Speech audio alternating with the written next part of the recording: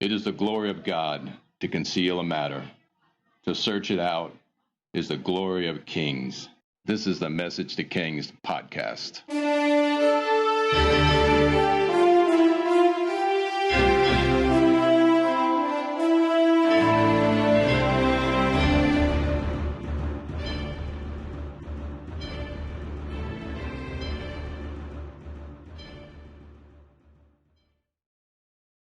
Episode 175, The Founding of Rome and the Birth of the Prophets Isaiah and Micah.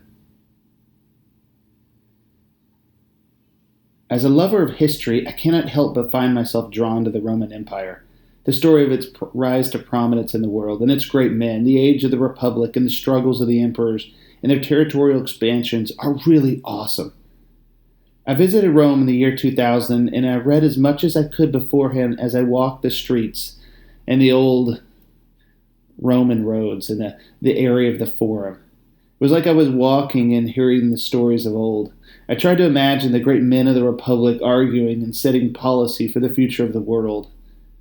It's a marvelous age, and no matter who tells the story of Rome, you get a different perspective of the city and the people who influenced the world so greatly in their time and age. Well, it all begins here, during Israel's height and rise. And with our historic focus, there's some really cool parallels, which we'll cover in a bit. Even as the Olympic Games was founded a short while back, we have the birth of the city of Rome in our midst. The date of 753 BC is the most commonly recognized date for the founding of Rome. With the Roman Empire as the backdrop for the entirety of the New Testament, we cannot help but discuss the founding of Rome in this episode, and the significance of the date of its birth or founding, and parallel the Romans with the world as a whole, and the other Messianic events occurring during this time frame.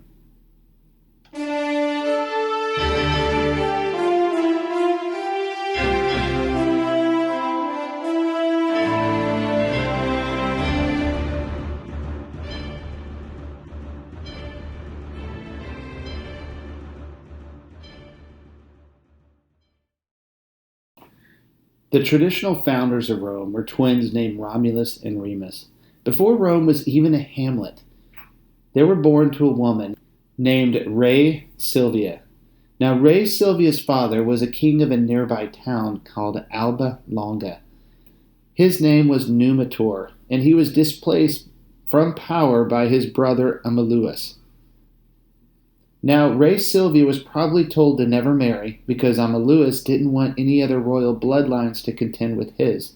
So he made Ray Silvia a Vestal Virgin, which is a form of a nun to be dedicated to some local god. Now, Ray supposedly went to her sacred grove and ended up conceiving twins with the god Mars. And that's the god of war, according to the Romans. Isn't that crazy? But this is common in this age. Hereditary was important, and if you could place your family line into the line of gods, you have more on your side in credit with the people. Now that's how the story goes, of course.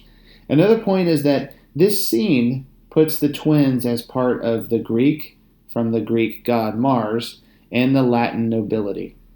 Also, let's not forget the god Mars was the god of war, and those Romans, they'll love their war. So Ray has her twins, and someone has a dream that the twins will overthrow the king, and the king orders the death of the twins. Instead of being killed, the twins were abandoned on the bank of the Tiber River to die. This is where the story gets a bit weird. According to the legend, they were saved by the god Tiberius, which would be the god of the Tiber River. Part of the legend states the twins were suckled or nursed by a she-wolf in a cave, and you can find statues in Roman museums celebrating the nursing boys from this wolf. And the artwork for this episode will also have this scene depicted in a statue. Eventually, they were adopted by Fastulius, a shepherd. They grew up tending flocks, unaware of their true identities. As they became adults, they couldn't help but get involved in the world around them. In a dramatic scene, Remus gets captured and brought to Alba Longa, where everyone realizes his identity. His brother learning that he was nobility along the way, rescues his brother and leads others to depose the king. Ameluas is killed, and Numitor is reinstated as king. I mean, isn't this the making of a great adventure story? But it doesn't end here. Next, the twins set out to build a city of their own. Two twins decided to found a city in the place of their raising. The twins disputed which hill to found the city, but Romulus won over Remus by picking the Palatine Hill.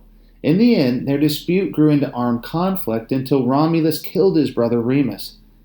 Romulus then went on to found the city of Rome, after himself, its institutions, government, military, and religious traditions.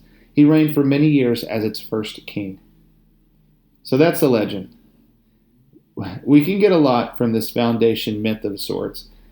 With the foundational legend, we see Rome's future dependence on their gods, their superstition, their dedication to war, creativeness, and adventurous spirit about them, together with the nasty, ambitious fratricide that would curse those of absolute power. So where does this classic tale of mythology meet history? Well, there's a confirmed city site around this time period in one of the hills of Rome. The Cain and Abel-like story probably did happen and shows us a horrible fratricide that would be the generational curse of sorts that flows through the veins of the Roman Empire.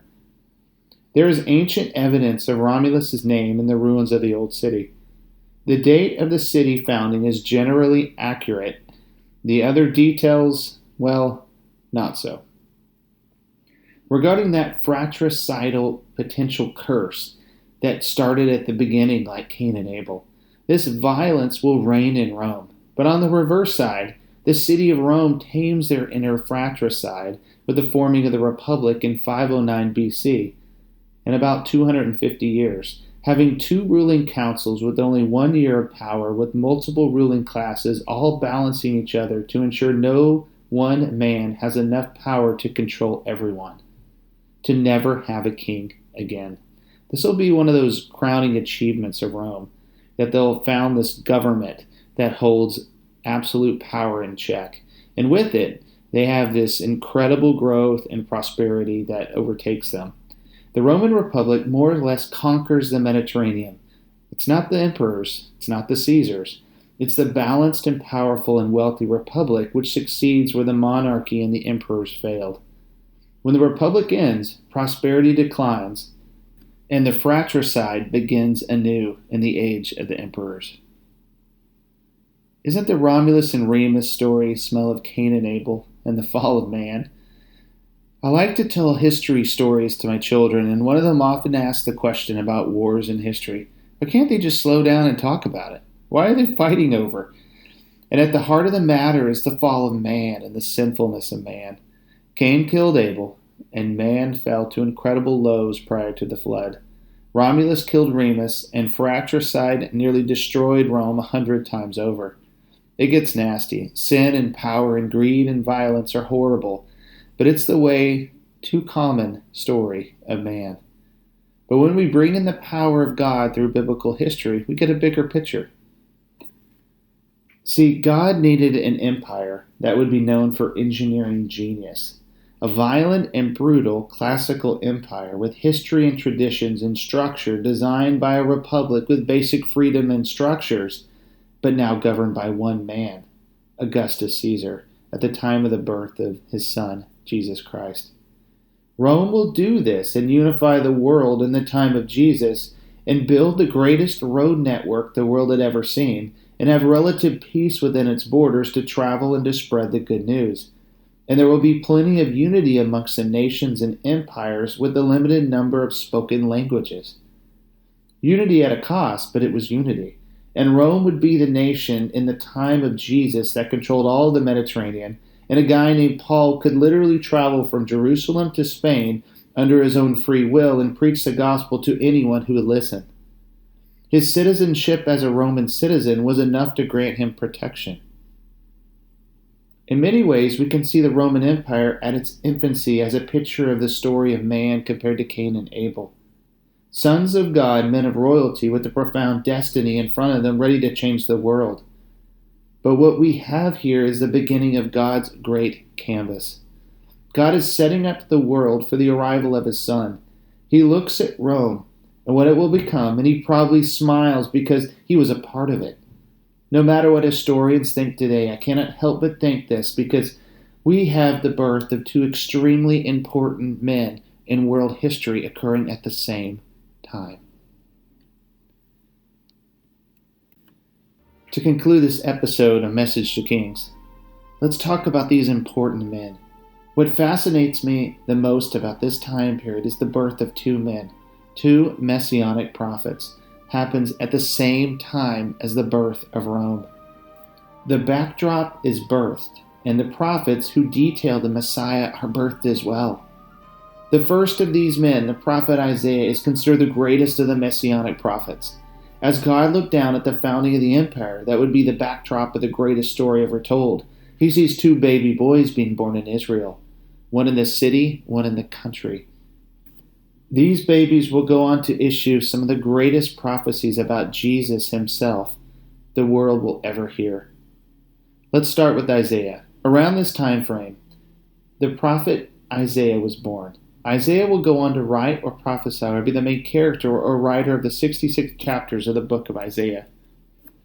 There are many views of this book and who actually wrote it and put it together, but it is clearly about Isaiah the prophet.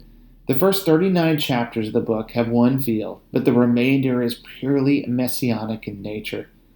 Here are some highlights of the longest book in the Bible. Isaiah covers the exile, the destruction of Jerusalem, Cyrus the Great in wonderful color, Jesus' death in great detail, and the power and purpose of the cross, the end of the northern Israel as a nation, the destruction of Sennacherib's army around Jerusalem, and the end of Assyria as an empire, and many prophecies about the end of the world. What he sees and understands is breathtaking. It's hard to imagine how he contained himself, but that's probably what makes him such a bold prophet. He'll go on to become one of Israel's greatest prophets, and some have Isaiah prophesying over 64 years. He's a most remarkable prophet by most standards, and his longevity is astounding, having lived through the reign of at least 4 kings in Judah, and he is born as royalty in Judah's family line. According to the Hebrew Talmud, he suffered martyrdom by being sawed in two under the orders of Manasseh. According to rabbinical literature, Isaiah was the maternal grandfather of Manasseh, and interesting, killed by his hedonistic grandson, with his death potentially referred to by the Apostle Paul in the book of Hebrews.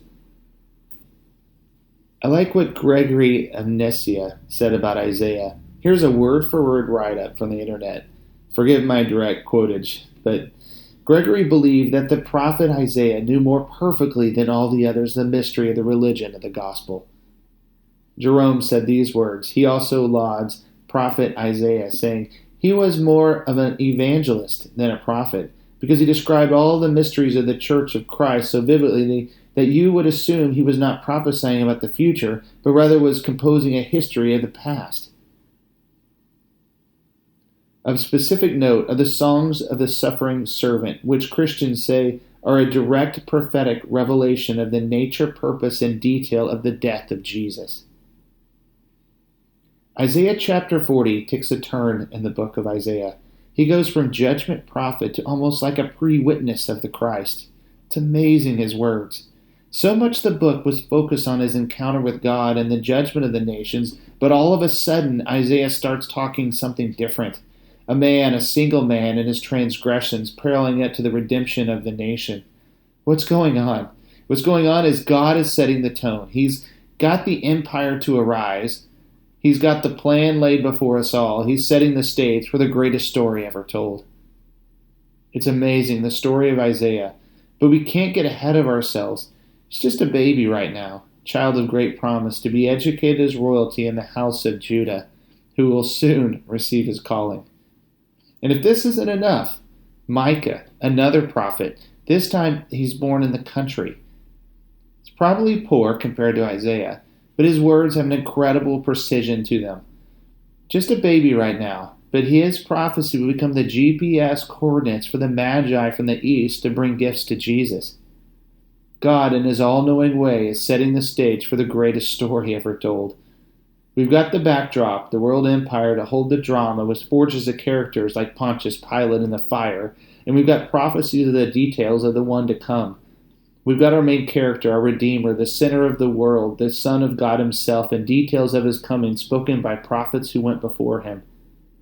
We end with a fictional write-up on the prophecy of Micah. Micah is standing before the city gate and prophesying to the people. He ends with the words that propelled the Magi to end up at Bethlehem. We end this episode with a fictional write-up that sets the tone of these Messianic prophets. Here's something I put together related to Micah's greatest moment.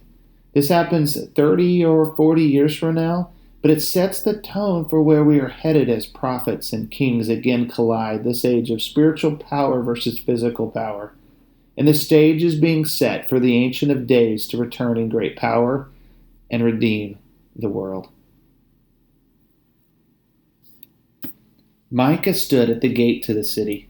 All the elders and leaders of the city had gathered to hear his prophecy.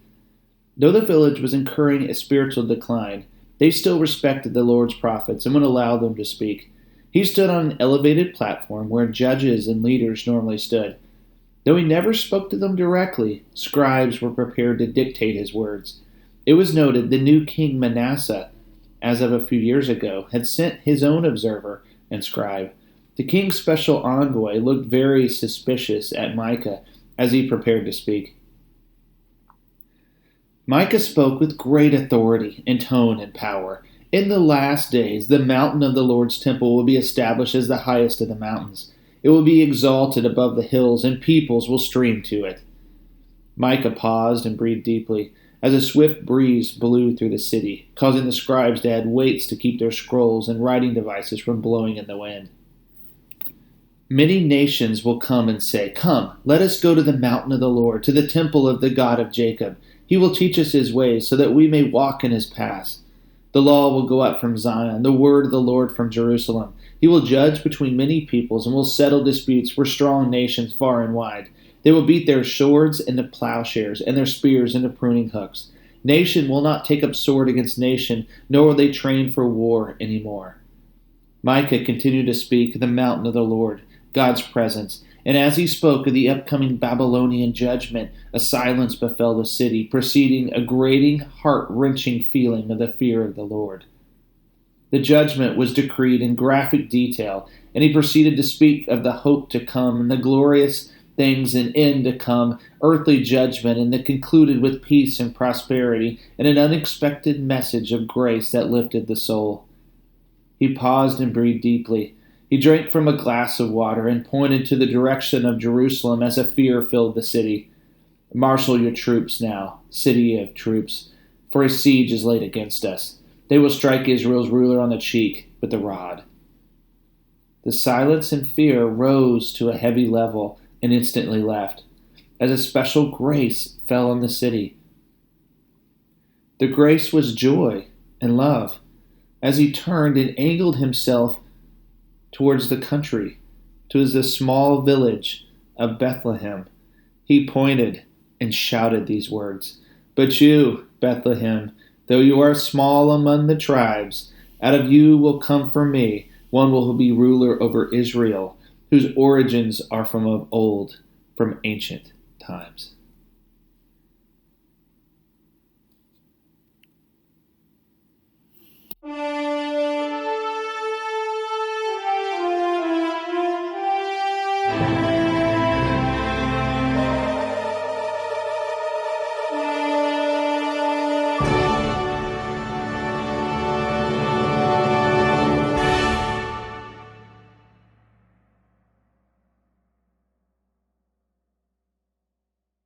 Thanks for joining us for this episode of Message to Kings. Feel free to visit the website, messagetokings.com, share the Facebook page, or if you want to chat, email us at messagetokings@gmail.com.